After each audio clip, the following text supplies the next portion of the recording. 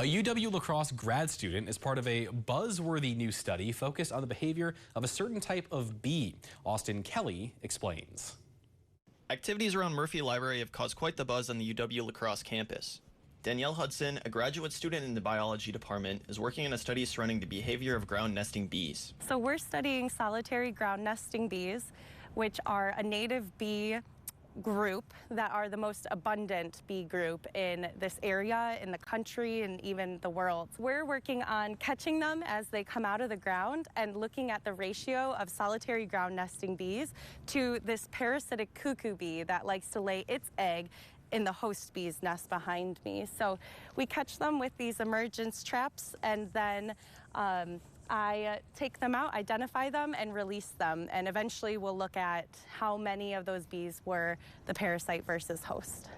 Despite having so much space to burrow and create nests, the question Danielle and her team want to answer is, why did the bees nest so close together?